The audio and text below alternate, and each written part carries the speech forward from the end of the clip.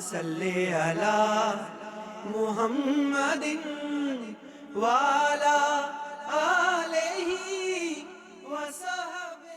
پیارے سامعین، السلام علیکم۔ وائٹل اسلامک سٹوریز میں خوش آمدید۔ جیسا کہ آپ جانتے ہیں کہ ہمارے پیارے نبی صلی اللہ علیہ وسلم پر درود پاک پڑھنے کی بہت ساری فضیلتیں ہیں۔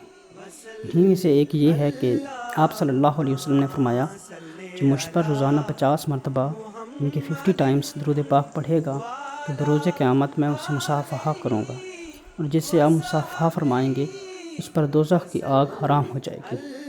تو اسی لیے حصول برکت کے لیے آپ بھی ایک مرتبہ درود پاک پڑھ لیجئے۔ اللہم صلی علی محمد وعلی آلہ وصحبہ وسلم۔ پیارے سامعین، وائٹل اسلامک سٹوریز کے یہ قرآن کے قصے کی پہلی ایپیسوڈ ہے۔ اس میں ہم آپ کو بتائیں گے کہ دنیا میں جو پہلا قتل ہوا تھا وہ کس وجہ سے ہوا تھا، پہلا مقتول اور قتل یعنی کہ ان کا آپس میں رشتہ کیا تھا، پہلی وجہ کیا بنی تھی قتل ہونے کی، اور یہ کہ پہلے قتل کرنے والے کا انجام، جو پہلا قاتل تھا اس کا انجام کیا ہوا تھا، اور اس کے بارے میں بتائیں گے کہ جو پہلا ڈیتھ ہوئی تھی، جو پہلی موت ہوئی تھی، جو پہلا انسان مرا تھا، اس کو دفنایا گیا تھا یا پھر جلایا گیا تھا یا پھر کچھ اور کیا گیا تھا اس کے ساتھ۔ تو یہ قصہ شروع کرنے سے پہلے آپ ہمارے چینل کو سبسکرائب کر لیں اور ساتھ میں جو بیل آئیکن ہے اس کو بھی دبا دیں، اور یہ جو ویڈیو ہے اس کو آخر تک سنیے گا، انشاءاللہ آپ کے علم میں اضافہ ہوگا۔ روئے زمین پر سب سے پہلا قاتل قابیل اور سب سے پہلا مقتول حابیل ہے۔ قابیل اور حابیل یہ دونوں حضرت آدم علیہ السلام کے فرزند ہیں۔ ان دونوں کا واقعہ یہ ہے کہ حضرت حوا رضی اللہ تعالیٰ عنہ کے ہر حمل میں یعنی کہ ہر پریگننسی میں ایک لڑکا اور ایک لڑکی پیدا ہوتی تھی، یعنی کہ ہر بار جڑواں ہی بچے پیدا ہوتے تھے۔ اب دستور یہ تھا کہ جو پہلے بار ایک لڑکا اور لڑکی اکٹھے پیدا ہوتے تھے، انہیں میں سے ایک لڑکی کا رشتہ دوسرے بار پیدا ہونے والے لڑکے سے کیا جاتا تھا۔ یہ اس لیے کیا جاتا تھا کیونکہ اس وقت انسانی تاریخ شروع ہو رہی تھی، انسان تھوڑے تھے۔ آج یہ بہت عجیب لگے گا بلکہ حرام ہے، تو یہ اس لیے جائز تھا۔ اس دستور کے مطابق حضرت آدم علیہ السلام نے قابیل کا نکاح ڈیوزا سے کرنا چاہا جو حابیل کے ساتھ پیدا ہوئی تھی، مگر قابیل اس پر راضی نہ ہوا کیونکہ اکلیمہ جو کہ قابیل کے ساتھ پیدا ہوئی تھی وہ بہت زیادہ خوبصورت تھی، اس لیے وہ چاہتا تھا کہ وہ اس کے ساتھ شادی کرے۔ حضرت آدم علیہ السلام نے اس کو سمجھایا کہ اکلیمہ جو تیرے ساتھ پیدا ہوئی ہے وہ تیری بہن ہے، اس کے ساتھ تیرا نکاح نہیں ہو سکتا، مگر قابیل اپنی ضد پر اڑا رہا کہ میں اسی سے شادی کروں گا۔ بالآخر حضرت آدم علیہ السلام نے ان کو یہ حکم دیا کہ آپ نہ اپنی اپنی قربانیاں یا اپنی اپنی کوئی چیز خدا کی راہ میں پیش کریں، جس کی قربانی قبول کی جائے گی وہی شادی کر لے گا اسے۔ اب قربانی کی مقبولیت کی اس وقت ایک نشانی ہوتی تھی کہ آسمان سے آگ اتر کر اس کو کھا لیا کرتی تھی۔ تو چنانچہ قابیل نے کچھ گندم کی بالیں لیں اور گھیو کی بالیں لیں، اب حابیل نے ایک بکری قربانی کے لیے پیش کی۔ آسمانی آگ نے حابیل کی قربانی کو کھا لیا اور قابیل کے گھیو کو یعنی گندم کو چھوڑ دیا۔ اس بات پر قابیل کے دل میں بغض اور حسد پیدا ہو گیا اور اس نے حابیل کو قتل کر دینے کی ٹھان لی اور کہہ دیا کہ جناب میں آپ کو قتل کر دوں گا۔ حابیل نے کہا قربانی قبول کرنا تو اللہ تعالیٰ کا کام ہے، اور وہ نیک جو نیک بندے ہوتے ہیں ان کی ہی قربانی قبول کرتا ہے، اگر تو نیک ہوتا تو تیری قربانی قبول ہو جاتی۔ ساتھ ہی حابیل نے یہ بھی کہہ دیا کہ اگر تو مجھے قتل کرنا چاہتا ہے تو کر دے، پر میں اس کے جواب میں تجھ پر ہاتھ نہیں اٹھاؤں گا، یعنی کہ میں تجھے نقصان نہیں پہنچاؤں گا، کیونکہ میں یہ چاہتا ہوں میرا اور تیرا گناہ دونوں ہی تیرے ہو جائیں اور تو دوزخی ہو جائے، جہنم میں جائے، کیونکہ بے انصافوں کی یہی سزا ہے۔ آخر قابیل نے اپنے بھائی حابیل کو قتل کر ڈالا۔